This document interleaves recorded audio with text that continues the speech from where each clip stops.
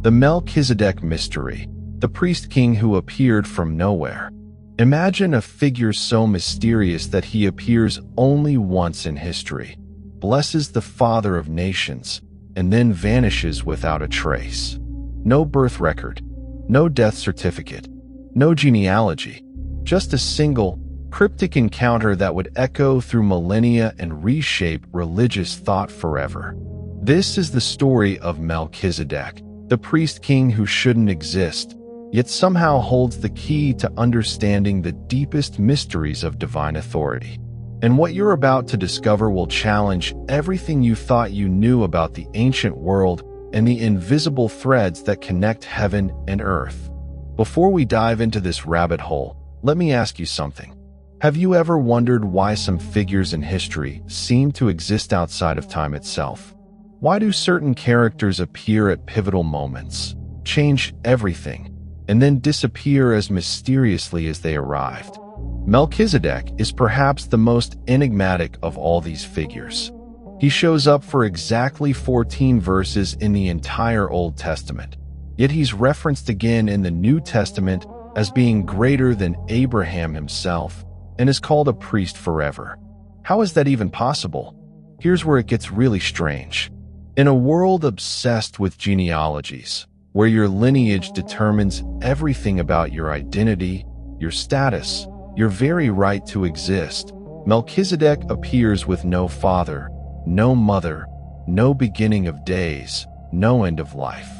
It's as if he stepped out of eternity itself, performed his sacred duty, and then stepped back into the timeless realm from which he came. But who was he really?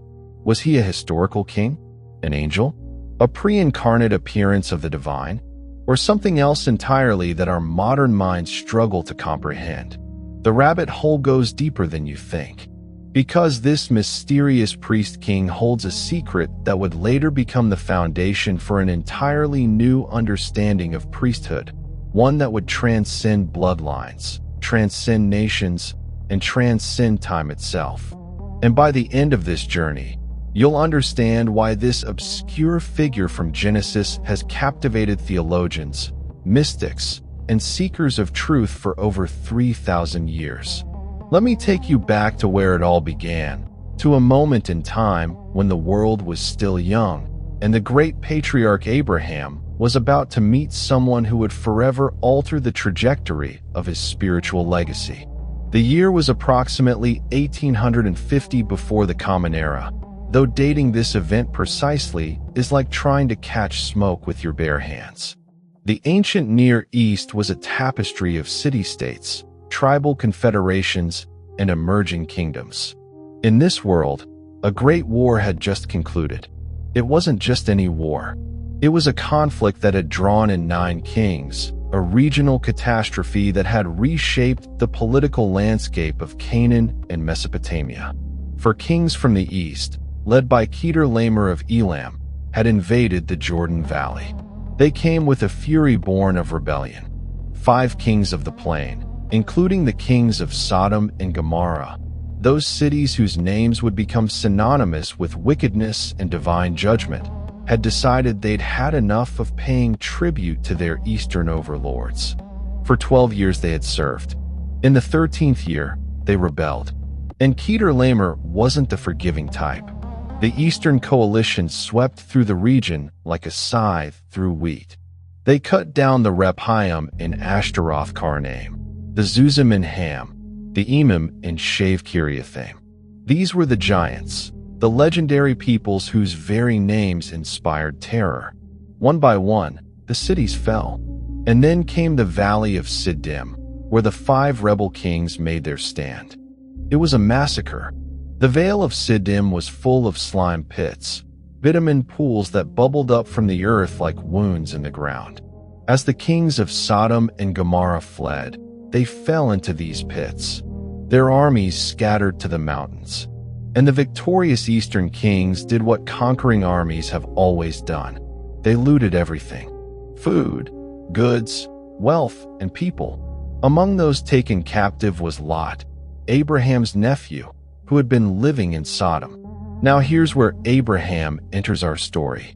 Abraham, still called Abram at this point, was living near the great trees of Mamre.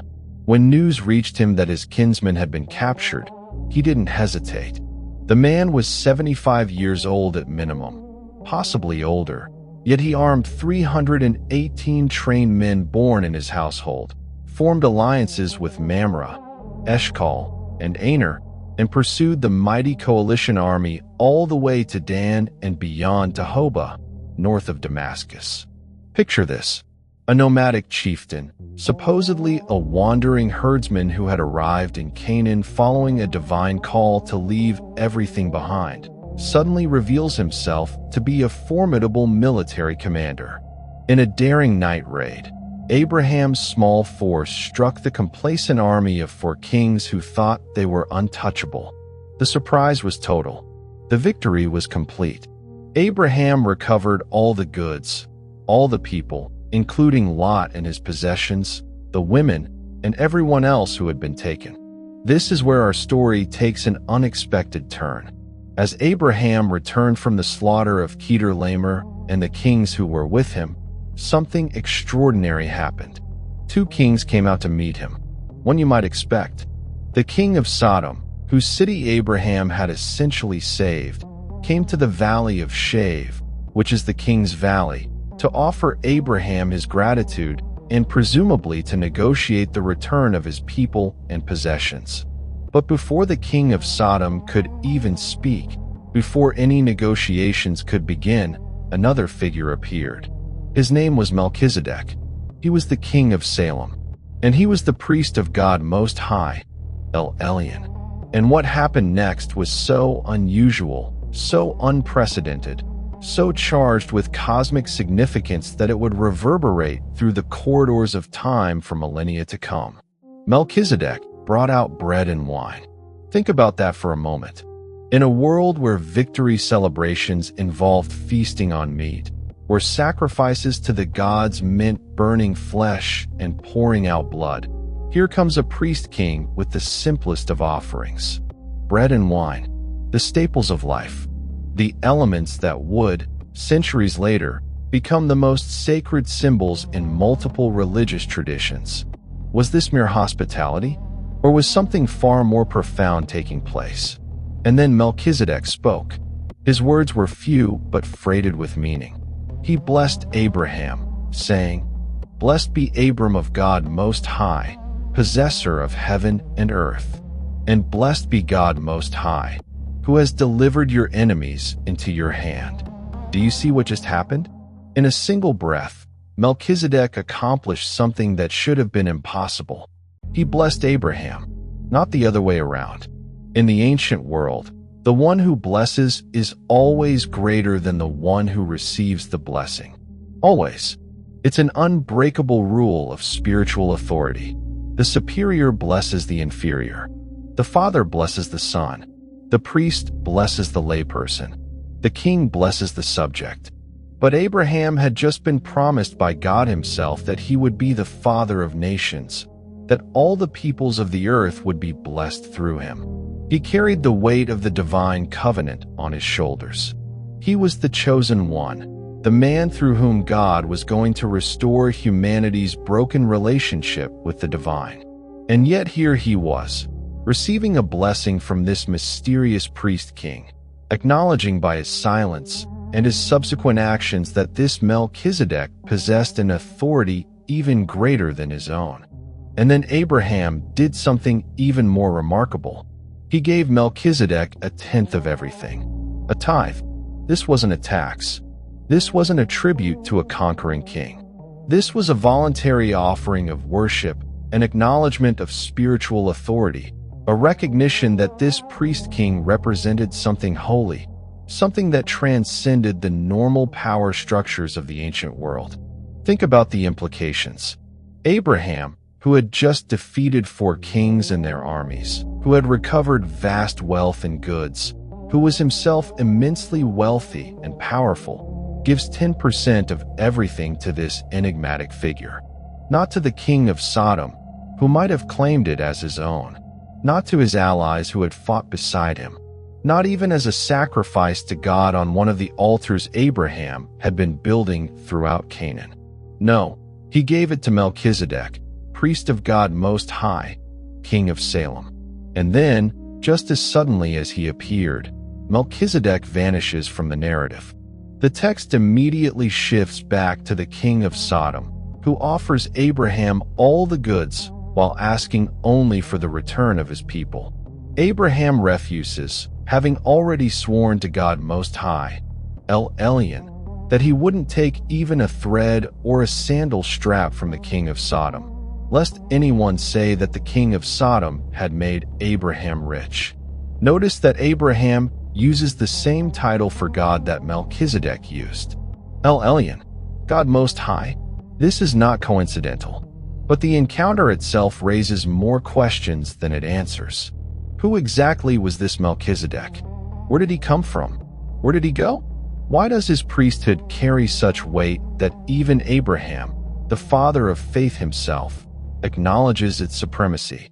Let's start with his name, Melchizedek. In Hebrew, it's Melchizedek. Malchi means my king, or simply king. Tzedek means righteousness or justice. So his name literally means king of righteousness. But here's the thing. In the ancient Near East, names weren't just labels. They were declarations of identity, of purpose, of cosmic role. To be called king of righteousness wasn't just a nice title. It was a statement about the fundamental nature of your reign, your character, your mission. And then there's his title as king of Salem. Now, Salem, as most scholars agree, was an early name for Jerusalem. The name Salem comes from the Hebrew root word shalom, meaning peace, completeness, wholeness. So Melchizedek wasn't just the king of righteousness. He was also, by virtue of ruling Salem, the king of peace. Righteousness and peace, two attributes that the ancient world rarely saw united in a single ruler. Kings brought order, often through violence. Priests mediated between heaven and earth, but seldom held political power. Yet here was Melchizedek, embodying both roles, uniting righteousness and peace in his very identity. But there's something even stranger about Melchizedek that sets him apart from every other figure in the biblical narrative. The text gives us no genealogy for him whatsoever. In a culture obsessed with lineage, where entire chapters of Scripture are devoted to listing who begot whom, where your ancestry determined your tribe, your inheritance, your legitimacy, your very right to exist as a recognized person in society, Melchizedek appears without father or mother, without genealogy, without beginning of days or end of life. Now you might be thinking, well, maybe the writers just didn't know his background. Maybe the genealogical records were lost. But that's not how ancient Near Eastern texts worked, especially not biblical texts. When information was missing, it was noted as missing. When lineage was unknown, alternative explanations were provided. The very fact that Melchizedek's genealogy is absent is itself a statement, a deliberate literary and theological choice that screams for our attention. The text in Genesis gives us exactly 4 verses about this encounter. 4 verses. And yet those 4 verses have generated thousands of pages of commentary, speculation, interpretation, and theological development. Why? Because Melchizedek represents something that doesn't fit into the normal categories. He's a priest, but not of the Levitical order because that wouldn't exist for another 5 centuries. He's a king, but not of the Davidic line, which wouldn't be established for another 800 years. He worships God Most High, El Elyon, yet he's not an Israelite, not part of the covenant people, not descended from Abraham himself. So what are we dealing with here? Let me walk you through the major theories that have emerged over the millennia, because understanding the different interpretations of Melchizedek is like peeling back layers of an onion. Each layer reveals something new, something profound about how different cultures and faith traditions have grappled with this mystery. The first and most straightforward interpretation is the historical one. According to this view, Melchizedek was simply a real, historical king of the city that would become Jerusalem. He was a contemporary of Abraham, a Canaanite ruler who, unlike his polytheistic neighbors, had maintained a form of monotheism or at least the worship of a supreme deity called El Elyon. This wouldn't be completely unprecedented. Archaeological evidence suggests that various forms of high god worship existed throughout the ancient Near East, and it's possible that some knowledge of the one true God had been preserved in certain lineages or locations even after the dispersal of peoples following the Tower of Babel incident. In this interpretation, Abraham recognized in Melchizedek a fellow worshiper of the true God, someone who, despite not being part of Abraham's family or covenant, nevertheless served the same divine reality. The giving of the tithe was Abraham's acknowledgement that this priest-king was a legitimate representative of God Most High, and the blessing Melchizedek pronounced was effective because he genuinely stood in the role of priest before the Almighty. This historical view is compelling in its simplicity. It doesn't require supernatural explanations or complex theological gymnastics. Melchizedek was a man, a unique man certainly, a righteous man who preserved true worship in his city, but a man nonetheless. His genealogy isn't given because he wasn't part of the Israelite story except for this one encounter. He appears, fulfills his role in blessing Abraham and establishing a precedent for a non-Levitical priesthood, and then fades from view because the narrative focus returns to Abraham and his descendants. But there's a problem with this neat and tidy explanation. It doesn't account for the way Melchizedek is described in later biblical texts. If we only had Genesis 14, the historical interpretation would be perfectly adequate. But we don't only have Genesis 14. We have Psalm 110, and we have the entire book of Hebrews in the New Testament. And these texts take the Melchizedek mystery to a whole new level. Psalm 110 is attributed to David, written approximately 1,000 years before the Common Era, roughly 800 years after the encounter between Abraham and Melchizedek. It's a royal psalm, a coronation hymn for Israel's king. But embedded in this psalm is one of the most cryptic and theologically loaded statements in the entire Old Testament. The Lord has sworn and will not change his mind. You are a priest forever according to the order of Melchizedek. Stop and think about what this means. David, or whoever wrote this psalm, is declaring that the Israelite king is somehow a priest according to the order of Melchizedek, not according to the order of Aaron, not according to the Levitical priesthood that had been functioning in Israel for centuries by this point. This is revolutionary. This is potentially heretical. The law of Moses was crystal clear. Priests came from the tribe of Levi, specifically from the family of Aaron. Kings came from the tribe of Judah, specifically from the line of David. These roles were separate. They were distinct. They were never to be combined in a single person, as the tragic story of King Uzziah trying to burn incense in the temple would later demonstrate. And yet here's this ancient psalm declaring that the king is also a priest, but according to a different order entirely, an order that predates the Levitical system, an order embodied by the mysterious Melchizedek who blessed Abraham and received his tithe. What's going on here? The rabbinical tradition struggled with this question for centuries. Some rabbis argued that Melchizedek was actually Shem, the son of Noah, who, according to ancient calculations, would still have been alive during Abraham's time. This interpretation attempted to bring Melchizedek back into the genealogical fold, making him part of the line of righteous patriarchs rather than a complete unknown. If Melchizedek was Shem, then his priesthood had legitimacy through his position as the eldest living patriarch, the keeper of Noah's covenant, the preserver of antediluvian wisdom and worship. This Shem hypothesis has some intriguing support. The calculations work out chronologically, just barely. She would have been about 465 years old at the time of Abraham's encounter with Melchizedek, which sounds absurd to modern ears, but was well within the lifespans described for the early post-flood patriarchs. Shem had received a special blessing from Noah. He was the ancestor of the Semitic peoples, including Abraham himself. His name in Hebrew means name or renown, suggesting someone of great importance and lasting legacy. And there are ancient Jewish texts, like the Book of Jasher and various midrashic sources, that explicitly identify Melchizedek as Shem. But there's a significant problem with this identification. If Melchizedek was Shem, why doesn't the Genesis text just say so? The author of Genesis clearly knew who Shem was.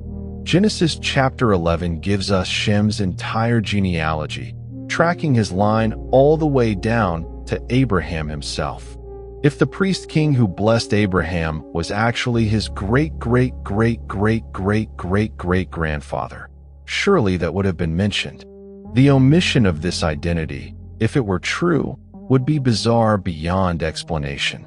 Some later Christian interpretations took an even more radical approach.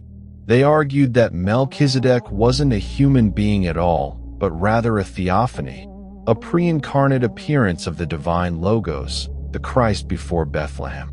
In this view, the reason Melchizedek has no genealogy, no beginning or end, is that he was actually God himself taking a temporary physical form to bless Abraham and establish a priesthood that would later be fully revealed in the person of Jesus. This Christophany interpretation has powerful theological appeal, especially in light of the New Testament's treatment of Melchizedek. It explains why this figure could be greater than Abraham. It accounts for the eternal nature of his priesthood. It provides a direct connection between the mysterious priest-king of Genesis and the ultimate high priest described in Hebrews. And it fits with other instances in the Old Testament where God appears in human form, like the 3 visitors to Abraham before the destruction of Sodom, or the man who wrestled with Jacob, or the commander of the Lord's army who appeared to Joshua. But this interpretation also has problems. The text distinguishes between Melchizedek and God. Melchizedek is the priest of God Most High, not God Most High himself. He blesses Abraham in the name of God, as a mediator, not as the divine presence itself. In the New Testament, while drawing deep theological connections between Melchizedek and Christ, never explicitly says they are the same person, only that Christ is a priest according to the order of Melchizedek, following the pattern established by Melchizedek. A third interpretation, popular in mystical Jewish and early Christian circles, proposed that Melchizedek was an angelic being, a heavenly emissary sent to earth for this specific purpose. The Dead Sea Scrolls contain fragments of a text called the Songs of the Sabbath Sacrifice and another called the Melchizedek Scroll, which describe Melchizedek as an exalted heavenly figure, possibly the Archangel Michael, who serves as a divine judge and delivers God's people. In this conception, Melchizedek exists in the heavenly realm as an eternal priest, and his appearance to Abraham was a descent from heaven to establish on earth the pattern of the true priesthood. This angelic interpretation has some merit. It explains the lack of genealogy, since angels don't have human ancestry. It accounts for Melchizedek's sudden appearance and disappearance without any record of his birth or death. It preserves his exalted status as greater than Abraham without making him equal to God. And it fits with the broader biblical theme of angelic messengers appearing at crucial moments in salvation history to guide and bless God's people. Yet this view too has its difficulties. The text describes Melchizedek as king of Salem, which implies a political role, a governing function over an actual city with actual people. Angels, in biblical literature, don't typically serve as civic rulers. They're messengers, warriors, worshippers, but not municipal administrators. And the bringing out of bread and wine feels very human, very embodied, very much like the action of a person offering hospitality rather than an ethereal being manifesting temporarily. So where does that leave us? With 4 verses in Genesis that tell us almost nothing about Melchizedek except the bare facts of his encounter with Abraham, and with centuries of speculation, interpretation, and theological development that have turned this enigmatic figure into a central mystery of biblical faith. We know what he did. We don't know who he was. We recognize the significance of his actions. We can't fully comprehend the meaning of his identity. But the story doesn't end in Genesis. Because if it did, Melchizedek would just be an interesting footnote, a curious anomaly in the Abraham narrative, perhaps worth a scholarly paper or two, but not much more. What transforms Melchizedek from a historical curiosity into a theological necessity is what happens next, not in the immediate narrative, but in the long arc of biblical revelation. And that's where things get really interesting. Let's fast forward about 1,000 years.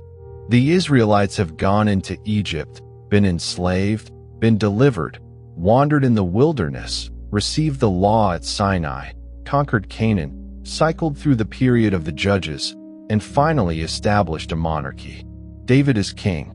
He conquered Jerusalem, the very city once ruled by Melchizedek, and made it his capital. He's brought the Ark of the Covenant there. He's established Jerusalem as not just a political center, but a spiritual epicenter, the place where God's presence dwells among his people. And David is also a man after God's own heart, a warrior, a poet, a prophet, someone who experiences deep communion with the divine. He's the one through whom God promises to establish an eternal kingdom, a dynasty that will never end. And David, in his inspired utterances, speaks that mysterious psalm, Psalm 110, in which he calls someone my Lord, and declares that this person is a priest forever according to the order of Melchizedek. Now here's the puzzle that troubled ancient interpreters. Who is David talking about? If this is just a standard coronation psalm for David himself or his successors, why would David call his descendant my Lord? A father doesn't typically refer to his son as his Lord. And more perplexing still, why would an Israelite king, whose legitimacy came from the covenant with God and the Davidic dynasty, suddenly be described as a priest according to a non-Israelite order that predated the law of Moses? The rabbis grappled with this psalm for centuries. Some said it was about the Messiah, the future anointed one who would somehow combine the roles of king and priest in a way no ordinary Israelite could. Others argued it was about David himself, who did perform certain priestly functions like bringing the ark to Jerusalem and organizing the worship in the tabernacle. Still others suggested it was about Hezekiah or some other righteous king who came after David. But no interpretation was fully satisfactory because the Melchizedek reference kept derailing every attempt to make sense of it. You couldn't be a priest according to the order of Melchizedek and also be a legitimate priest according to the order of Aaron. The two systems were fundamentally different. One was based on genealogy, heredity, the bloodline of Levi. The other seemed to be based on something else entirely, some kind of eternal appointment, some direct divine designation that bypassed the normal channels of religious authority. The tension remained unresolved for 1,000 more years. The Davidic kings came and went.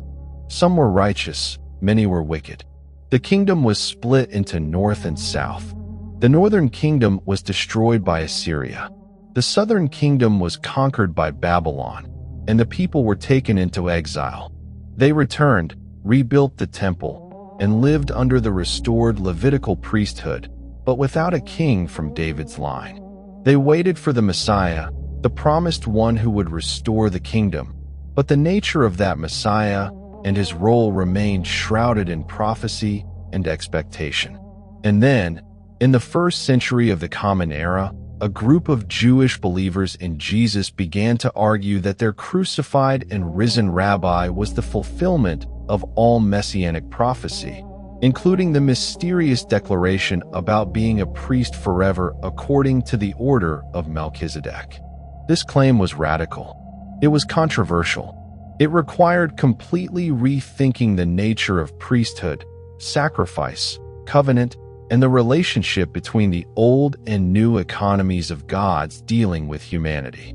The fullest expression of this reinterpretation comes in the New Testament book of Hebrews, a sophisticated theological treatise written to Jewish Christians who were struggling to understand how Jesus could be their high priest when he wasn't from the tribe of Levi, wasn't descended from Aaron, and had never served in the Jerusalem temple. The answer the author of Hebrews provides centers entirely on Melchizedek. The argument in Hebrews is breathtakingly audacious. It goes something like this. Yes, Jesus is not a Levitical priest. That's precisely the point. The Levitical priesthood, for all its glory and divine institution, was always meant to be temporary, a shadow of something greater to come. How do we know? Because even before the Levitical priesthood existed, there was another priesthood, the priesthood of Melchizedek. And that priesthood was acknowledged as superior even by Abraham, the father of the Levites, when he paid tithes to Melchizedek and received his blessing. The logic is subtle but devastating to traditional Jewish categories. If Abraham, the patriarch of Israel, recognized Melchizedek's authority by paying him a tithe, then by extension, all of Abraham's descendants, including the Levitical priests, were inferior to Melchizedek. They were, in a sense, present in Abraham's body when he paid the tithe, acknowledging through him the superiority of this other priestly order. Therefore, if someone arises who is a priest according to the order of Melchizedek, he automatically outranks the entire Levitical system. But the author of Hebrews doesn't stop there. He dives deep into the mystery of Melchizedek's identity, drawing out implications that would have stunned ancient readers. Listen to how he describes this enigmatic figure from Genesis. This Melchizedek, king of Salem, priest of the Most High God, met Abraham returning from the slaughter of the kings and blessed him, to whom also Abraham gave a tenth part of all, first being translated king of righteousness, and then also king of Salem, meaning king of peace, without father, without mother, without genealogy, having neither beginning of days nor end of life, but made like the Son of God, remains a priest continually, without a father, without a mother, without genealogy, without the beginning of days or end of life, made like the Son of God, remains a priest continually. These are not the words used to describe a normal human being, no matter how righteous or significant. These are descriptors of someone who exists outside the normal flow of time and generation, someone whose priesthood is not dependent on mortal life or hereditary succession, someone who serves as an eternal type, a permanent pattern of a priesthood that transcends death itself. The author of Hebrews is making a sophisticated argument rooted in the literary presentation of Melchizedek in Genesis. Because the text gives no information about his birth or death, about his parents or children, about where he came from or where he went, Melchizedek serves as a literary type of eternal priesthood.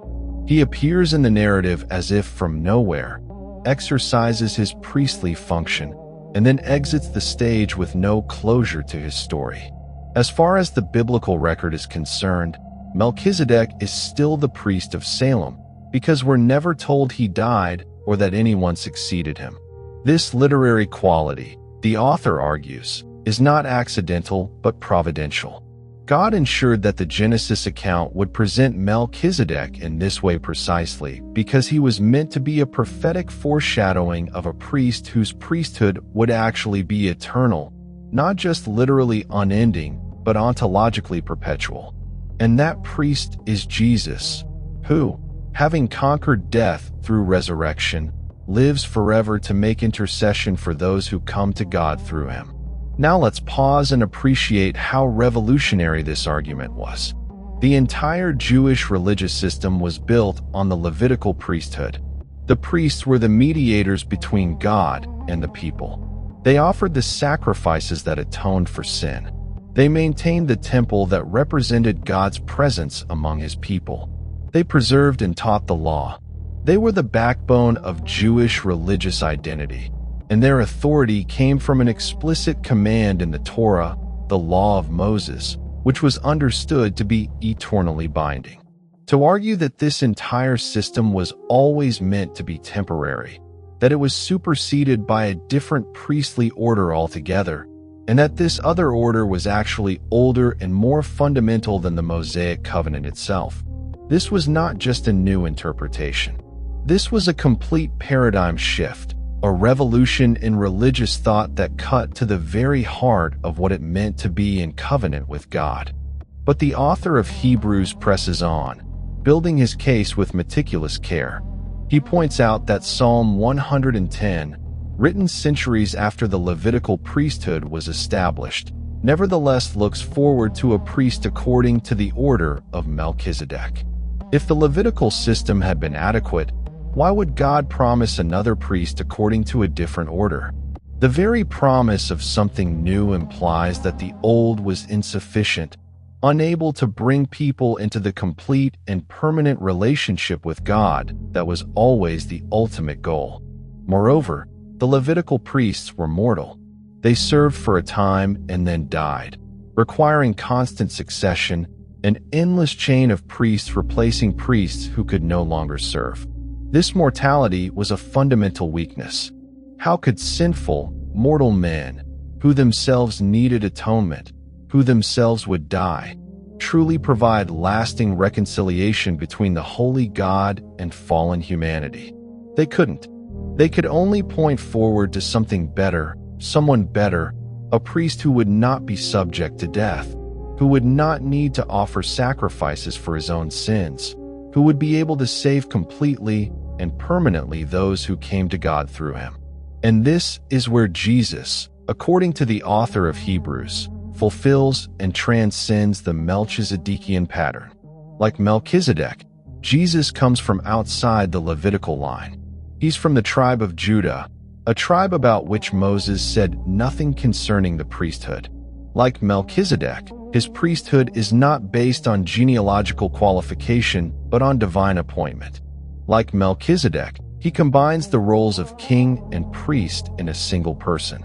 And like Melchizedek in the literary presentation of Genesis, Jesus lives forever, having conquered death through resurrection, and therefore holds his priesthood permanently. But there's more. The author of Hebrews makes much of the fact that Melchizedek brought out bread and wine.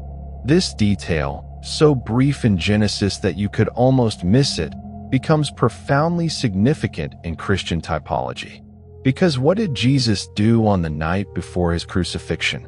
He took bread and wine, blessed them, and said they represented his body and blood, the elements of the new covenant, the means by which people would enter into permanent relationships with God through his sacrifice. The echo is unmistakable. Melchizedek, priest of God Most High, brings out bread and wine to bless Abraham. Jesus, priest forever according to the order of Melchizedek, gives bread and wine as the sacramental signs of his atoning death. Now let's dig even deeper into what it means for Jesus to be a priest according to the order of Melchizedek, because this is where the full brilliance and beauty of the typology comes into focus. The Levitical priesthood operated on the principle of repeated sacrifice. Day after day, year after year, animals were slain, blood was shed, and offerings were made. The Day of Atonement came around every year, requiring the high priest to enter the most holy place with blood to make atonement for the people's sins. But the very repetition of these sacrifices demonstrated their inadequacy. If they had truly dealt with sin once and for all, why did they need to be repeated? The author of Hebrews argues that these sacrifices were never meant to be the final answer. They were object lessons, enacted prophecies, dramatic demonstrations of the seriousness of sin and the necessity of atonement, but they could never actually remove sin. How could the blood of bulls and goats, creatures lower than humanity in the created order, truly atone for the sins of human beings made in the image of God? It was a legal fiction, a divine accommodation, a placeholder for the reality that would come when a perfect sacrifice was finally offered. Enter Jesus. Unlike the Levitical priests who offered external sacrifices, Jesus offered himself. Unlike the animal victims who had no choice in their death, Jesus voluntarily laid down his life. Unlike the repeated sacrifices that had to be constantly renewed, Jesus died once, and once only, because his single sacrifice was sufficient to atone for all sin for all time. And unlike the Levitical high priests who entered an earthly copy of the heavenly sanctuary, Jesus entered heaven itself, the true Holy of Holies, with his own blood to present before the Father as the final, complete, and perfect atonement. This is the priesthood according to the order of Melchizedek. It's not based on heredity, but on indestructible life. It's not maintained through succession, but through permanent existence. It doesn't operate through repeated sacrifices, but through a single, eternal offering. It doesn't minister in an earthly sanctuary, but in the very presence of God. It doesn't provide temporary covering for sin, but permanent removal of guilt and reconciliation with God. And just as Melchizedek blessed Abraham, who carried within himself the promise of all the nations being blessed through his seed, so Jesus, the ultimate priest-king, blesses all who come to him with the greater blessing of eternal life, complete forgiveness, and restored relationship with God. The pattern established in that brief encounter in the Valley of Shave 38 centuries ago finds its ultimate fulfillment in the person and work of Jesus Christ. But let's not move past the profound mystery too quickly, because even with all this theological development, even with the brilliant argument of Hebrews connecting the dots between Genesis, the Psalms, and the Messiah, we still haven't fully answered the question of who Melchizedek actually was. Was he just a historical king whose story was providentially preserved in a way that would make him a useful type? Or was he something more? The text of Hebrews says he was made like the Son of God. Not that he was the Son of God, but that he was made like him. There's an intentional parallelism, a deliberate comparison, but also a distinction. Some early church fathers wrestled mightily with this question. Origen, one of the most brilliant minds of early Christianity, argued that Melchizedek was an angelic power, possibly even the Holy Spirit manifested in human form. Jerome, the great translator of the Bible into Latin, believed Melchizedek was a historical person whose righteousness made him an apt foreshadowing of Christ. Augustine took a middle position, suggesting that while Melchizedek was a real person, the Spirit of God so completely filled and guided him that he became a living prophecy, a walking parable of the coming true priest-king. The mystical tradition in Christianity went even further. Some mystics saw in Melchizedek a representation of the eternal priesthood that exists in the heavenly realm, a priesthood that transcends time and space, of which all earthly priesthoods are merely shadows and reflections. In this view, when Jesus is said to be a priest forever according to the order of Melchizedek, he's not just taking on a title or fulfilling a type. He's entering into and in fact embodying the eternal priestly reality of which Melchizedek was the earthly manifestation. This connects to a fascinating theme in ancient Jewish mysticism, particularly in the traditions preserved in texts like the Zohar and various Kabbalistic writings. These sources speak of a primordial priest-king who existed before the creation of the world, a figure associated with the Sephirah of Tiferet, representing beauty and balanced judgment, who mediates between the transcendent God and the created order. While we must be careful not to read later mystical developments back into the biblical text anachronistically, it's worth noting that Melchizedek seems to have captured the imagination of Jewish mystical thought precisely because he represents something that doesn't fit into normal categories, something that hints at realities beyond the visible historical plane. The Gnostic traditions of the early Christian centuries also latched onto Melchizedek as a figure of great significance. In texts like the Melchizedek scroll from Nag Hammadi, he's portrayed as a heavenly redeemer figure, a celestial high priest who descends to earth to reveal secret knowledge and guide the elect back to the divine realm. Now, Orthodox Christianity firmly rejected Gnosticism as a heresy that fundamentally misunderstood the nature of creation, salvation, and revelation. But the very fact that Gnostic teachers found Melchizedek so useful for their systems tells us something important. This figure has a quality of mystery, of transcendence, of otherness that makes him a natural vehicle for theological speculation about the relationship between heaven and earth. In Islamic tradition, Melchizedek appears in various hadith and commentaries as a righteous prophet and king. Some Muslim scholars identify him with Khidr, the mysterious green one who appears in the Quran as a figure of hidden knowledge who guides Moses on a mystical journey. While this identification is not universal in Islamic thought, it reflects a similar impulse to understand Melchizedek as someone who operates according to a different order of knowledge and authority than ordinary prophets and teachers. The Mormon tradition has its own unique take on Melchizedek. In Latter-day Saint theology, the higher priesthood is called the Melchizedek priesthood, understood as the priesthood authority that has existed from the beginning of time and through which all ordinances of salvation are performed. According to LDS teaching, this priesthood was held by Adam, Enoch, Noah, Abraham, and the prophets, was lost during the Great Apostasy, and was restored through Joseph Smith. Melchizedek himself is understood as a righteous king who was so great that the priesthood was named after him rather than being called the Holy Priesthood after the order of the Son of God, to avoid the frequent repetition of the divine name. What's striking about all these diverse traditions is that they all recognize in Melchizedek something extraordinary, something that demands explanation, something that won't fit into ordinary boxes. Whether you're reading him through the lens of rabbinical Judaism, patristic Christianity, medieval mysticism, Islamic prophetology, or modern religious movements, Melchizedek remains an enigma, a figure who seems to belong to eternity as much as to time, to the heavenly realm as much as to the earthly one.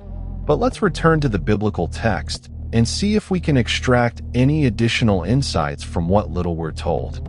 The title Priest of God Most High is significant. El Elyon, God Most High, is a name for God that emphasizes his supreme authority over all other spiritual powers and earthly rulers. It's the name that declares there is no higher authority, no greater power, no sovereign that exceeds the Most High. For Melchizedek to be called Priest of El Elyon means he represents and ministers on behalf of the supreme authority of the universe. What does a priest do? In every ancient culture, priests were mediators, standing in the gap between the human and divine realms. They offered sacrifices, they spoke blessings, they interceded for the people, they maintained the sanctuaries, they preserved sacred knowledge, they performed rituals that kept the cosmos in right order. A priest of the Most High God would be someone who mediates between the supreme authority and humanity, someone who brings the divine presence and blessing to the human sphere and represents human needs before the divine throne. And Melchizedek appears to Abraham at a crucial moment. Abraham has just participated in violence, has shed blood, has won a great victory, but is also engaged in the messy, morally complicated reality of warfare.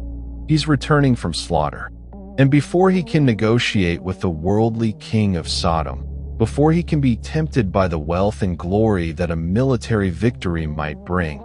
Melchizedek appears with bread and wine, the simple elements of life and fellowship, and pronounces a blessing that reorients Abraham's perspective. Think about what that blessing says. Blessed be Abram of God Most High, possessor of heaven and earth. The blessing reminds Abraham of who he really serves. Not any earthly king, not his own ambition or desire for wealth, but the God who possesses heaven and earth, who owns everything, who is the true source of all blessing and victory. And then, blessed be God Most High, who has delivered your enemies into your hand. The blessing attributes the victory not to Abraham's military prowess, not to his courage or strategic thinking, though these may have been present, but to the God who delivered the enemies into his hand. This blessing grounds Abraham in the right understanding of reality. He is blessed by God. His victory comes from God. The wealth he's recovered belongs ultimately to God. And by giving a tenth of everything to Melchizedek, Abraham demonstrates that he understands this truth. He's not keeping the spoils for himself. He's not letting his heart be drawn away by material success. He's acknowledging God's ownership and sovereignty by giving the tithe to God's priest. And then immediately after this encounter, when the king of Sodom tries to negotiate, offering Abraham all the goods while asking only for the return of his people, Abraham refuses. He's already sworn to God Most High, El Elyon, the same title Melchizedek used, that he won't take even a thread or sandal strap from the king of Sodom. Why? So that no one can say the king of Sodom made Abraham rich. Abraham's wealth, his blessing, his prosperity must come from God alone, not from his associations with the wicked cities of the plain. Do you see how the Melchizedek encounter functions in the narrative? It's a moment of spiritual recalibration, a divine interruption that prevents Abraham from going down a dangerous path. Without Melchizedek's blessing and Abraham's response of tithing, the meeting with the king of Sodom could have had very different results. Abraham might have accepted the wealth. He might have formed an alliance with Sodom. He might have let his recent military success go to his head. But the brief encounter with the mysterious priest king of Salem reset his spiritual compass and preserved him in the path of faith. This is one function of true priesthood, to appear at crucial moments with spiritual reorientation, to remind people of ultimate realities when they're in danger of being seduced by immediate circumstances, to pronounce blessings that connect heaven and earth, to facilitate worship and acknowledgement of God's sovereignty. Melchizedek did all this in the space of perhaps a few minutes, a brief encounter that nevertheless had eternal significance. Now let's consider the location. The Valley of Shave, also called the King's Valley. This was near Salem, near Jerusalem. And Jerusalem would become the most significant city in all of biblical history. It would be the city David conquered and made his capital. It would be the site of Solomon's temple, the dwelling place of God's name. It would be the city to which pilgrims would come 3 times a year for the great feasts. It would be the city destroyed by Babylon and rebuilt by the returning exiles. It would be the city where Jesus would be crucified, buried, and resurrected. It would be the city whose name becomes synonymous with the ultimate dwelling place of God with humanity in the book of Revelation, the New Jerusalem descending from heaven. And long before any of this, before David, before the temple, before the Israelites even existed as a people, this city was ruled by Melchizedek, King of righteousness, King of peace, priest of God Most High. Was this a coincidence? Or was there something about this location, this place that would become Mount Zion, the city of the great king, that made it appropriate for Melchizedek to reign there? Ancient Jewish tradition connected Jerusalem with several earlier biblical sites. Some rabbis identified Salem with the place where Abraham later offered Isaac on Mount Moriah, the same mountain where the temple would eventually stand. If this identification is correct, then Melchizedek was the priest-king of the very location where the great test of Abraham's faith would occur, where substitutionary atonement would be dramatically enacted with the ram caught in the thicket replacing Isaac on the altar, where centuries later the temple sacrifices would point forward to the ultimate sacrifice of Christ. There's a beautiful symmetry in this possibility. Melchizedek blesses Abraham in the valley near Salem. Later, Abraham goes up the mountain of Salem to offer his son in obedience to God's command, and God provides a substitute. Centuries after that, David conquers Salem, now called Jerusalem, and brings the ark there. His son Solomon builds the temple on that same mountain. And 2 millennia later, on that same mountain, in that same city, Jesus, the son of David, priest forever according to the order of Melchizedek, offered himself as the ultimate substitute, the final sacrifice that all the others had foreshadowed. If we read the story this way, Melchizedek's priesthood in Salem isn't a random historical detail, but the beginning of a thread that runs through the entire biblical narrative, connecting creation's purpose with redemption's plan, linking the father of faith with the fulfillment of faith, joining the ancient priest-king with the eternal high priest. Jerusalem, the city of peace, founded or ruled by the King of righteousness, becomes the stage on which the great drama of salvation is enacted, from Abraham to Christ to the final consummation. But I want to draw your attention to another aspect of the Melchizedek mystery that's often overlooked. His priesthood existed before the Mosaic Law, before the detailed regulations about sacrifice and ritual purity, before the elaborate system of offerings and ceremonies. His priesthood was simple: bread and wine, blessing, reception of tithes. That's it. No animal sacrifices, no complex rituals, no hereditary succession that we can see. Just the basic elements of priestly mediation between God and humanity. This simplicity is itself profound. It suggests that the priesthood in its essence isn't about elaborate religious systems, but about representing God to people and people to God. It's about blessing in God's name. It's about facilitating the acknowledgement of God's sovereignty through offerings. It's about connecting the divine and human realms through sacred presence and action. All the later complexity of the Levitical system, for all its God-ordained glory, was perhaps an accommodation to human limitation, a way of teaching spiritual truths through concrete, repeated, sensory-rich ceremonies.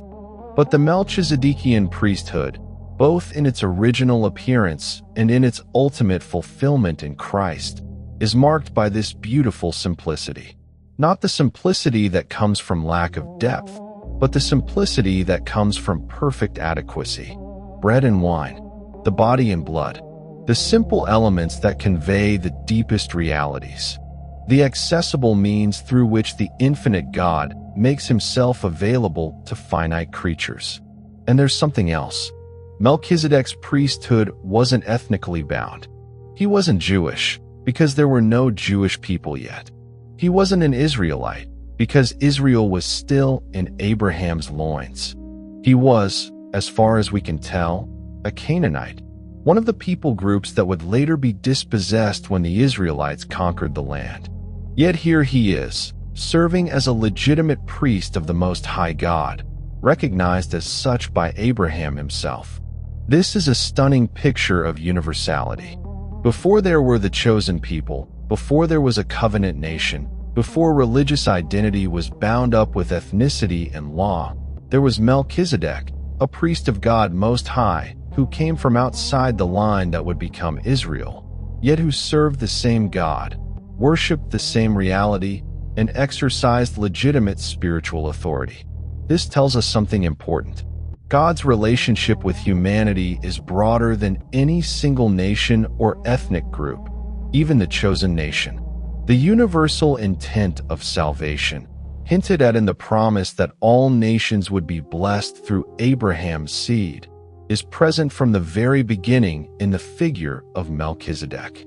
And when Jesus is declared to be a priest according to the order of Melchizedek, part of what's being claimed is that his priesthood, like Melchizedek's, transcends ethnic boundaries. You don't have to be born into the right tribe to benefit from it. You don't have to be ethnically Jewish to be reconciled to God through his mediation.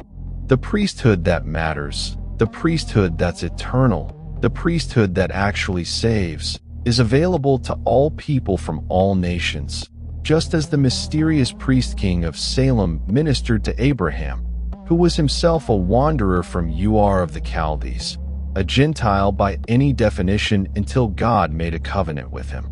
Let me take you deeper into the symbolic meaning of Melchizedek's name and title, because the ancient Hebrews understood that names carried weight, conveyed meaning, and declared purpose. Melchizedek, king of righteousness. In a world of unjust rulers, tyrannical kings, leaders who oppressed their people and lived for their own pleasure and power, here was a king whose very name declared that his rule was characterized by righteousness. Not just that he personally was righteous, though that was surely part of it, but that his kingdom was founded on and governed by the principle of righteousness. What is righteousness?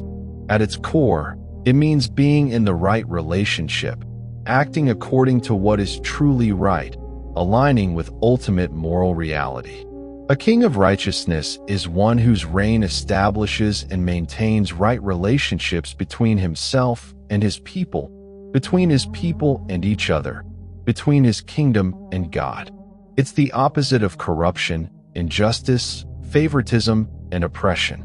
It's a rule that reflects the character of God himself, who is ultimately righteous, who always does what is right, who maintains perfect justice and perfect mercy in perfect balance.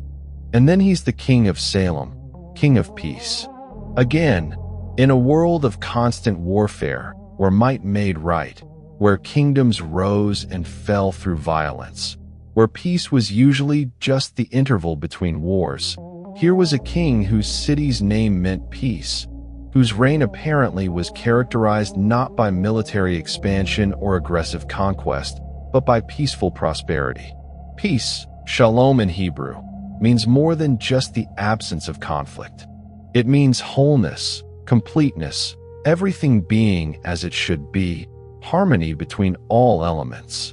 A king of peace is one whose reign brings this comprehensive well-being to his people and his land. Righteousness and peace. The psalmist would later write, righteousness and peace have kissed each other. They're meant to go together.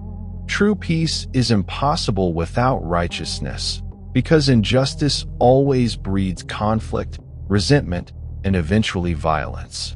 And righteousness without peace is harsh, unforgiving, unable to provide the restoration and wholeness that humans need.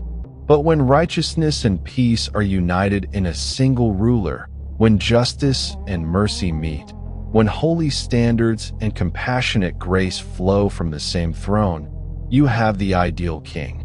This is what Melchizedek represented.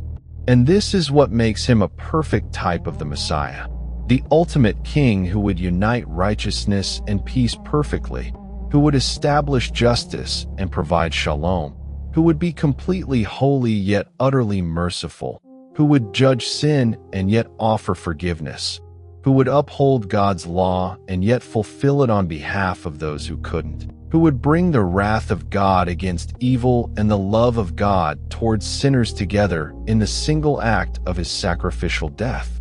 The bread and wine that Melchizedek brought out also carry layers of symbolic meaning that become clearer in light of the whole biblical story.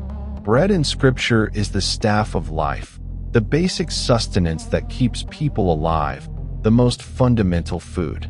When Jesus later calls himself the bread of life, he's claiming to be the essential spiritual sustenance that keeps the soul alive, the fundamental nourishment without which humans starve spiritually. Melchizedek bringing out bread is an act of provision, of offering life, of supplying what's needed for survival and strength. Wine in Scripture is associated with joy, celebration, covenant, and blood. The psalmist says that wine gladdens the heart of man. At weddings and feasts, wine flows.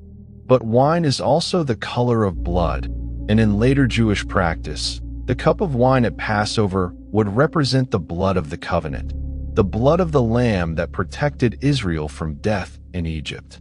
When Jesus takes the cup of wine and says it represents his blood of the new covenant, he's drawing on all these associations.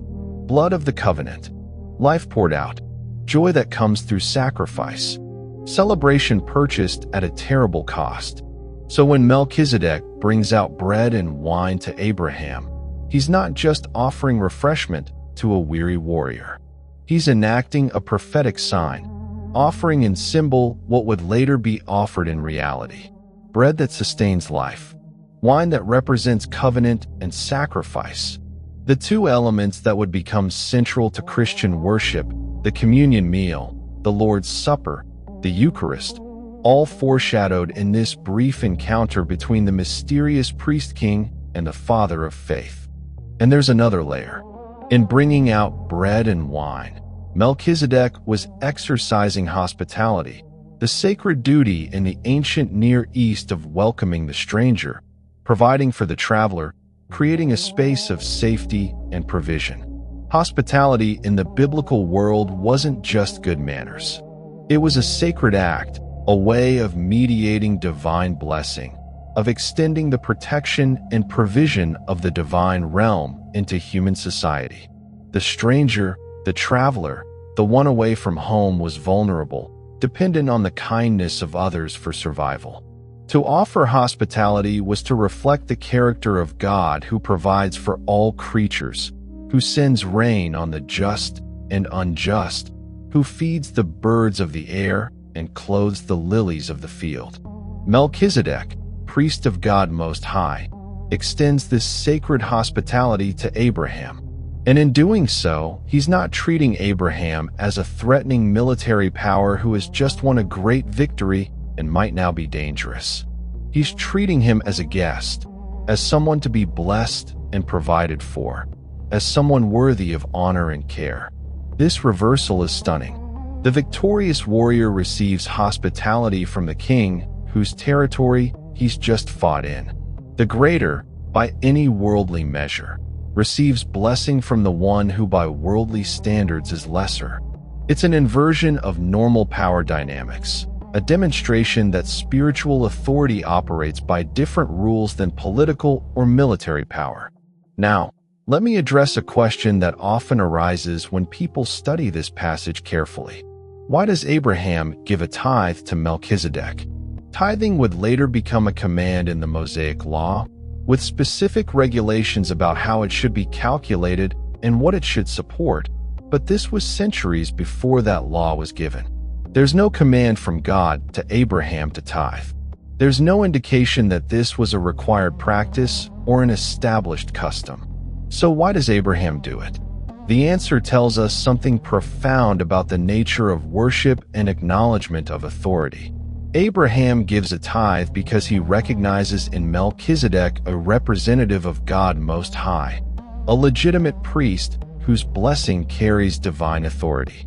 The tithe is an act of worship, a declaration that God is the true source of all wealth and blessing, a commitment to honor God with the first fruits of increase. By giving the tithe to God's priest, Abraham is essentially giving it to God himself, acknowledging divine ownership of everything, and expressing gratitude for the victory God has given him. But there's more. In the ancient world, giving a portion of war spoils to the gods was common practice. Victorious armies would dedicate a percentage of their plunder to their patron deities, often placing them in temples or offering them as sacrifices. Abraham, by giving a tithe to the priest of God Most High, is following this pattern but directing it to the true God rather than to false idols. He sanctifies his victory, dedicating it to divine purpose, ensuring that his military success doesn't become an occasion for pride or self-sufficiency, but remains grounded in dependence on God.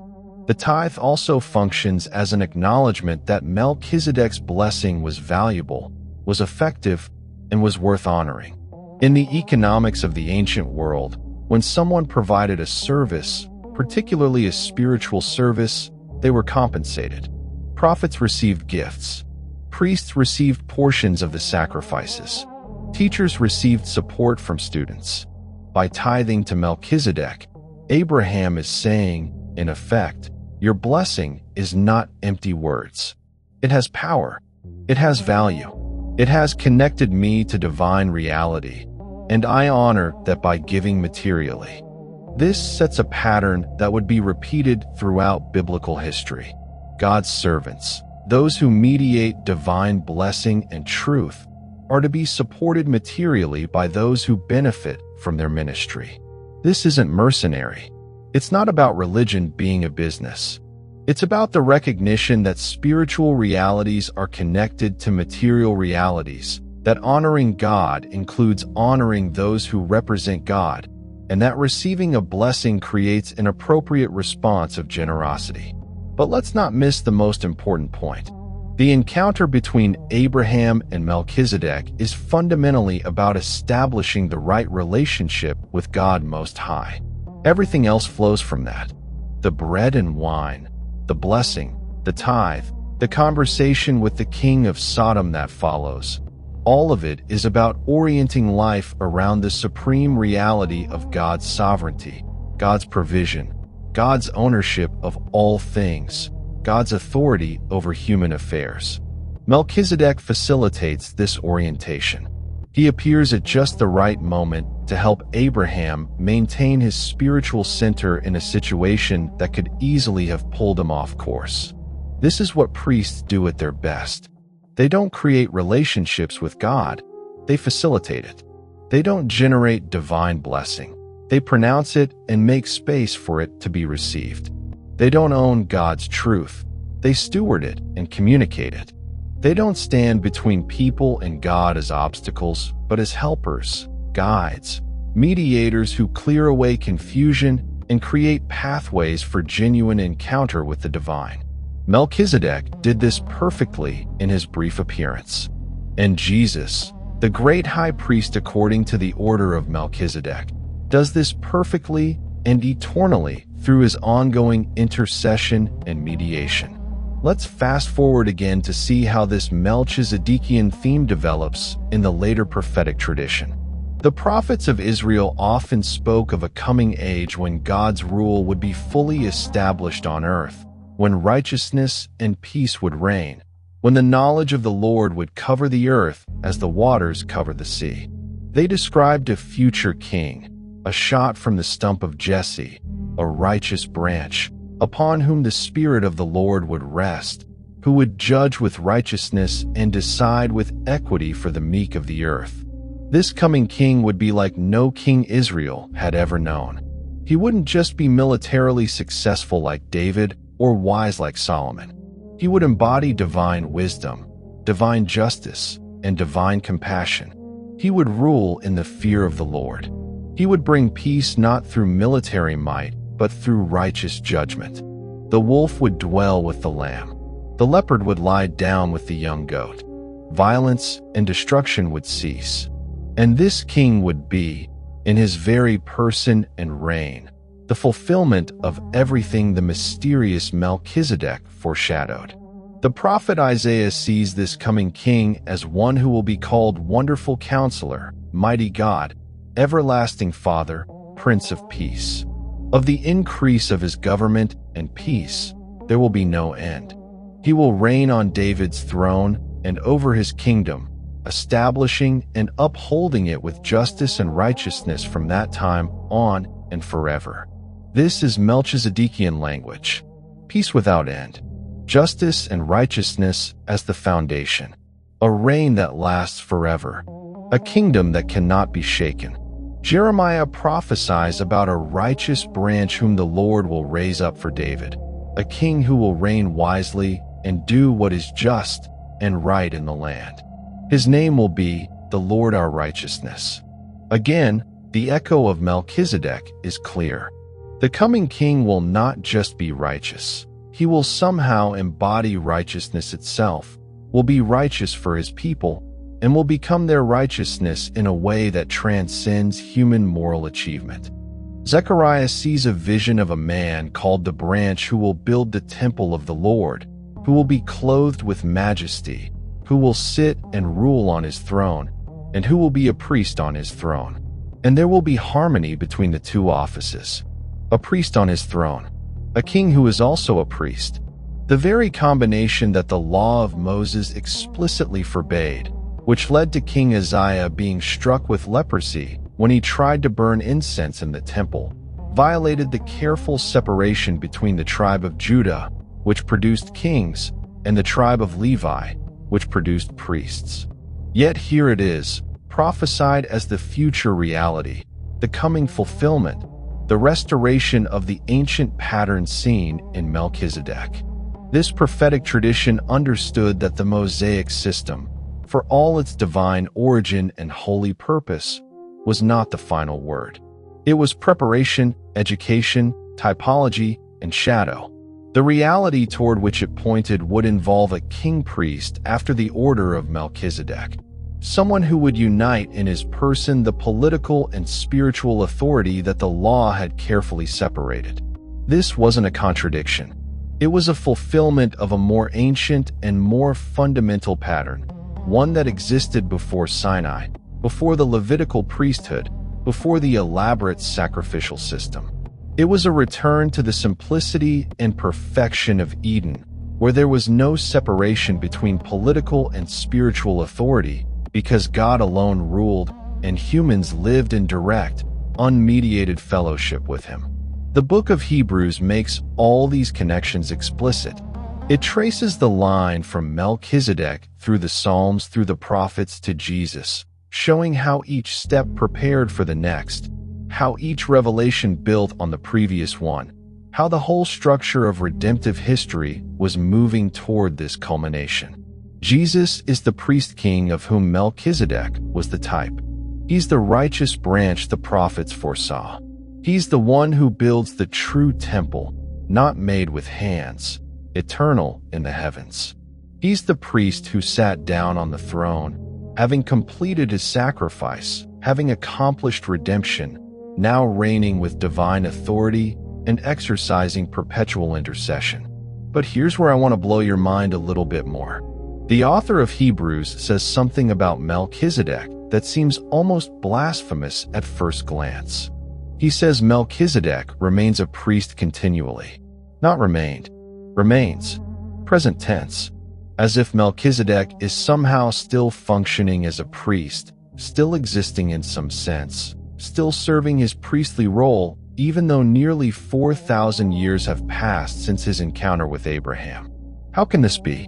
If Melchizedek was just a historical human king, he died centuries ago, and his priesthood ended with his death, no matter how significant it was during his lifetime. But the text seems to suggest something different.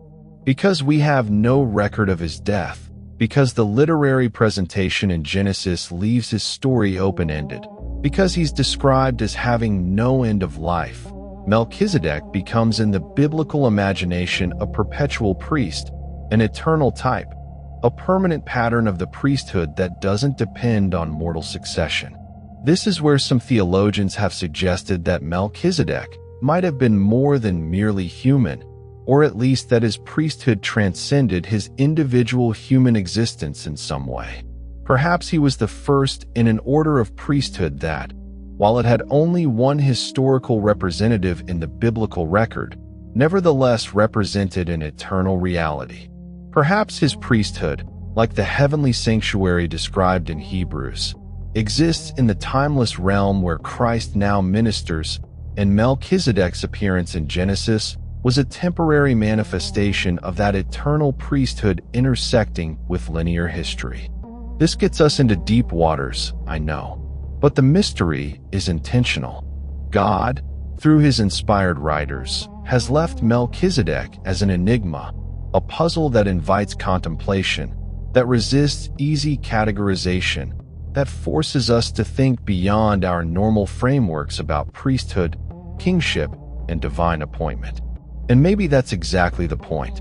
Maybe Melchizedek's mystery is meant to stretch our categories, to remind us that God's ways are higher than our ways, that the structures we're familiar with don't exhaust the possibilities of divine action, that there are realities we can barely glimpse, let alone fully comprehend.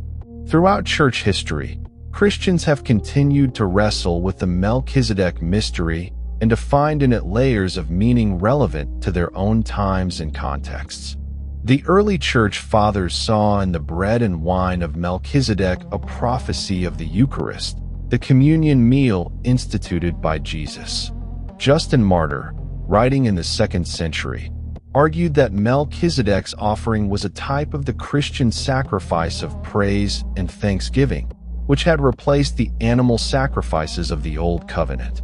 Irenaeus saw in Melchizedek a picture of Christ's universal priesthood that transcended the narrow confines of the Jewish law. The medieval church developed this even further.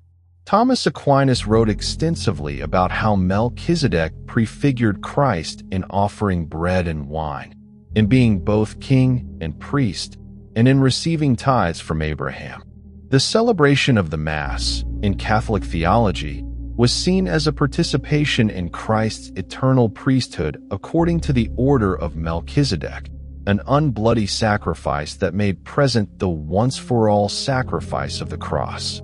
Whether or not you agree with all aspects of Catholic sacramental theology, you can see how the Melchizedek pattern deeply influenced Christian liturgical practice and understanding of worship. The Protestant reformers, while rejecting the Catholic understanding of the Mass as a repeated sacrifice, still found tremendous significance in the Melchizedekian priesthood of Christ. Martin Luther emphasized that Christ's priesthood according to the order of Melchizedek meant that believers didn't need any human mediator or priestly caste to access God. Christ alone was the priest, and through faith in him, every believer became a priest, able to approach God directly, to offer spiritual sacrifices of praise and thanksgiving, to intercede for others. The priesthood of all believers, a key Protestant doctrine, rests on the foundation of Christ's Melchizedekian priesthood. John Calvin saw in the dual role of Melchizedek as priest and king a picture of Christ's twofold office. As a priest, Christ atones for sin and reconciles humanity to God. As king, he rules over his people, protecting them from enemies, providing for their needs, and guiding them in righteousness. These two roles can't be separated. The kingdom of God requires atonement, which only a priest can provide. And atonement is meaningless without the righteous rule of the king who ensures that the reconciled people live in accordance with God's will. In more recent times, the Melchizedek theme has been taken up by liberation theologians who see in this priest-king from outside the chosen people a model for God's concern for all humanity, not just the religiously or ethnically privileged. Melchizedek blesses Abraham, yes, but he does so from his own position of authority and dignity, not as a suppliant or inferior. This has been read as affirming the value and spiritual validity of people from all cultures and backgrounds, challenging any theology that would create hierarchies of human worth based on ethnicity or religious pedigree. Feminist theologians have noted that Melchizedek is without father or mother, which can be read as transcending the patriarchal structures of ancient society. While the biblical genealogies trace lines through fathers, establishing male-dominated kinship structures, Melchizedek stands outside all of that, representing an authority that doesn't depend on being part of the boys' club, so to speak. His priesthood is based on direct divine appointment and indestructible life, not on who his daddy was. This challenges any system that restricts spiritual authority based on gender or family connections. The charismatic and Pentecostal movements have embraced the Melchizedekian priesthood as a model for spirit-empowered ministry that doesn't depend on institutional credentials or denominational approval. If Melchizedek could be a legitimate priest without going through an established religious hierarchy, if he could receive tithes and pronounce blessings based on direct divine calling rather than institutional authorization, then perhaps God can raise up ministers today outside traditional structures, empowering them by His Spirit to serve His purposes. All of these interpretations, while coming from different theological and cultural contexts, recognize that Melchizedek represents something fundamental about God's way of establishing authority, mediating blessing, and relating to humanity. He breaks our boxes. He challenges our assumptions. He reminds us that God is not limited by our systems, no matter how divinely those systems may have originated.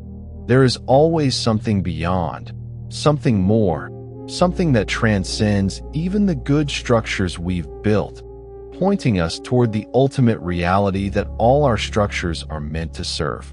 Now let me bring this full circle and address what might be the most important question of all. So what? Why does this mysterious figure from nearly 4,000 years ago matter to you today? Why should you care about whether Melchizedek was a man, an angel, or something else? Why does it matter what his priesthood symbolizes or how it connects to Jesus? Here's why. The Melchizedek story is ultimately about how God relates to humanity. It's about the fact that we need mediators, priests who can stand in the gap between our fallenness and God's holiness, who can represent us before God and represent God to us.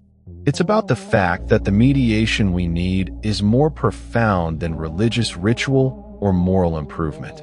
We need someone who can actually deal with the problem of sin, the alienation between creator and creature, the brokenness that permeates human existence at every level. The Levitical priesthood, for all its divinely ordained glory, couldn't ultimately solve this problem. The sacrifices had to be repeated. The high priest died and needed successors. The system pointed beyond itself to something greater that was coming. Melchizedek represents something greater. His priesthood is eternal, not based on mortal life. His priesthood is effective, blessing the Father of faith himself.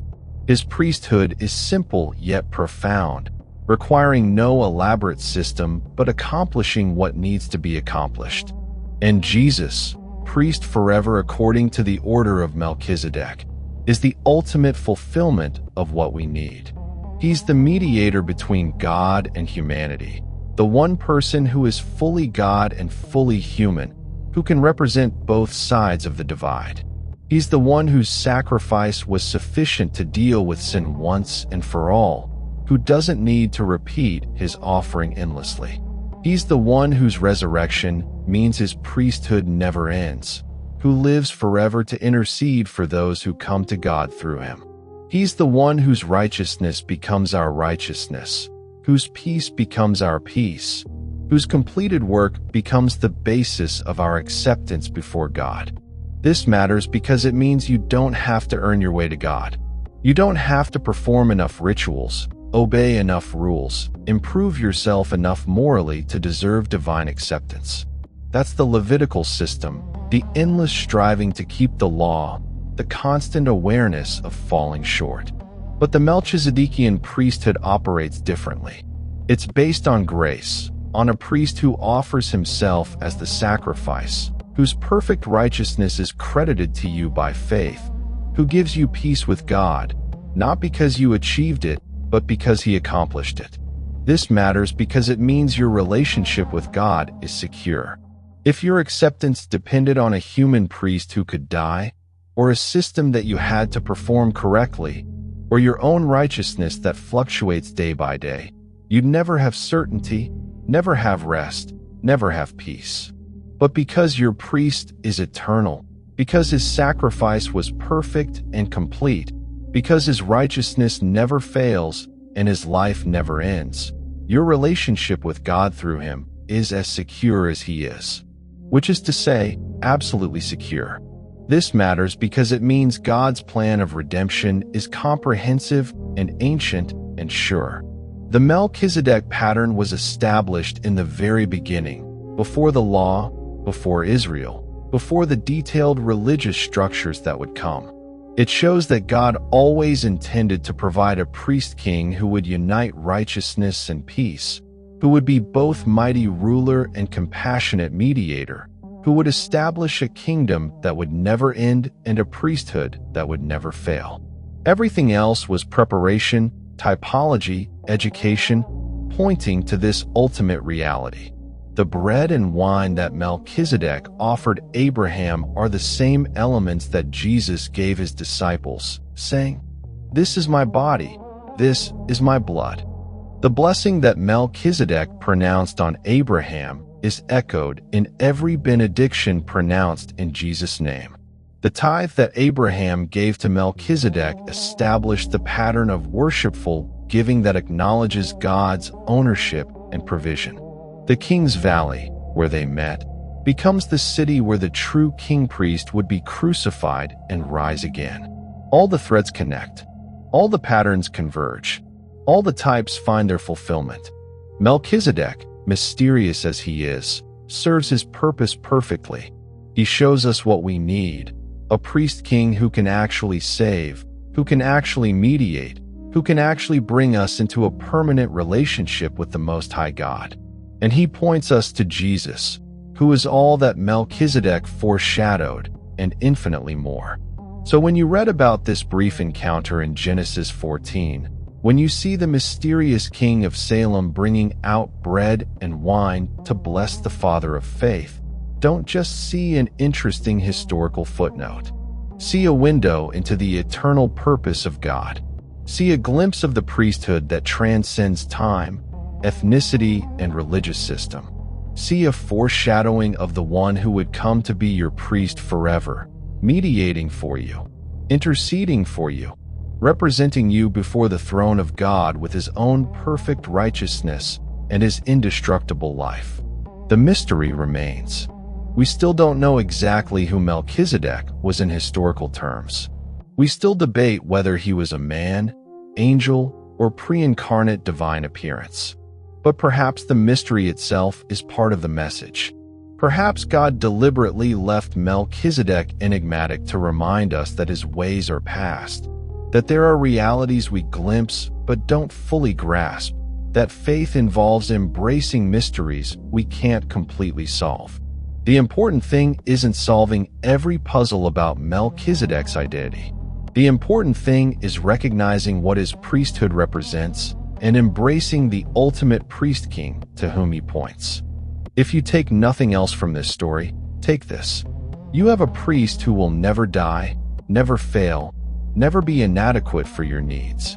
You have a king who rules in righteousness and peace, who is for you, not against you, who exercises his authority for your good.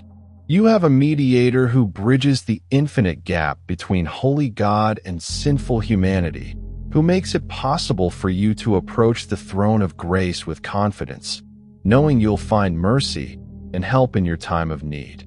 This priest, this king, this mediator is Jesus Christ, priest forever according to the order of Melchizedek. And like Abraham, your right response is worship, acknowledgement, offering back to God what he's given you, recognizing that every good thing comes from above. That victory over your enemies comes not from your strength, but from God's deliverance. That blessing flows from the source of all blessing through the mediator who represents that source to you. This is the pattern Melchizedek established in his mysterious appearance to Abraham. And it's the pattern you're invited to follow today. The encounter in the King's Valley lasted perhaps an hour, maybe less, but its effects ripple through eternity.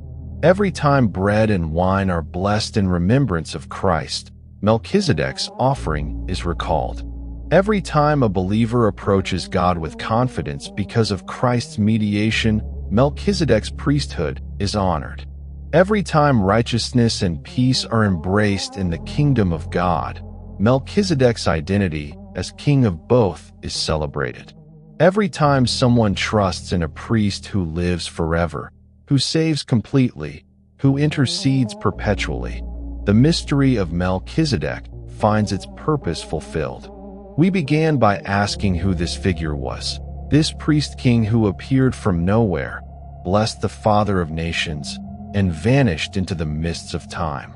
We've explored theories, traced connections, and followed threads through millennia of biblical revelation and theological reflection. And we've discovered that the mystery, rather than being a frustration, is actually a gift. It forces us beyond our neat categories. It challenges our assumptions about how God works and who He can use. It reminds us that the story is bigger than we imagined, older than we thought, more comprehensive than we realized. Melchizedek stands at the intersection of time and eternity, of human history and divine purpose, of ancient type and ultimate fulfillment. His 14 verses in Genesis have generated libraries of commentary because they touch something essential about the human condition and God's answer to it. We need a priest. We need a king. We need someone who can bring righteousness and peace together. We need mediation that actually works, that doesn't just postpone judgment but removes guilt, that doesn't just cover sin but cleanses it, that doesn't just manage the gap between us and God but bridges it completely. Melchizedek told us such a priesthood was possible. Jesus proved it was real. And now, every person who comes to God through Christ enters into the benefit of that eternal priesthood, that indestructible life, that perfect mediation. You become part of a kingdom ruled by the King of righteousness and the King of peace. You receive a blessing from the one greater than Abraham. You offer worship to the priest who offered himself. You rest in the security of a priesthood that can never end because the priest can never die. This is the mystery of Melchizedek, fully revealed only when you see it pointing to Jesus. Yet even then retaining layers of meaning you'll spend eternity exploring. The ancient priest king who met Abraham in the valley has led us to the ultimate priest king who reigns in heaven and whose kingdom will have no end. The bread and wine offered on a battlefield become the elements of eternal communion. The blessing pronounced on one man becomes the blessing available to all. The tithe given by the Father of faith becomes the pattern of worshipful acknowledgement that God owns everything, and we're simply stewards of His gifts. So let the mystery remain mysterious. Let Melchizedek keep his secrets about his exact identity and origin. What matters is not solving every question, but receiving the reality to which he points. What matters is not categorizing this enigmatic figure precisely, but embracing the priest-king whose priesthood he foreshadowed. What matters is not academic understanding of ancient Near Eastern religious history, but personal trust in the one who is your high priest forever, according to the order of Melchizedek. And when you do, you'll find that the same blessing Melchizedek pronounced on Abraham is yours. Blessed be you of God Most High, possessor of heaven and earth. You're blessed by the God who owns everything, who rules everything, who provides everything.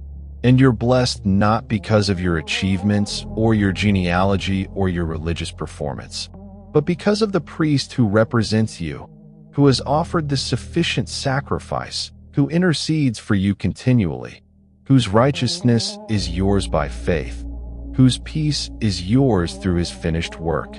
This is the gospel hidden in Genesis, proclaimed in the Psalms, explained in Hebrews, and experienced by everyone who trusts in Jesus, the priest forever according to the order of Melchizedek. The King of Salem has blessed you. The King of righteousness has given you His righteousness. The King of peace has made peace between you and God. The priest of God Most High has opened the way into the presence of the Most High. The one without beginning or end of days has shared His indestructible life with you. The mystery has become your salvation. The type has led you to reality. And Melchizedek, wherever and whoever he was, has fulfilled his purpose by pointing you to the one you truly need. This is why 4,000 years later, we're still talking about a priest king who appears for 14 verses and then disappears. Because those 14 verses opened a window into eternity. They showed us a pattern that would shape all of redemptive history. They gave us categories for understanding how God would ultimately solve the problem of human sin and alienation. And they pointed us, however mysteriously, toward Jesus Christ, the one who embodies everything Melchizedek symbolized and infinitely more. The ancient mystery serves the eternal truth, and that truth has the power to transform your life if you'll receive it.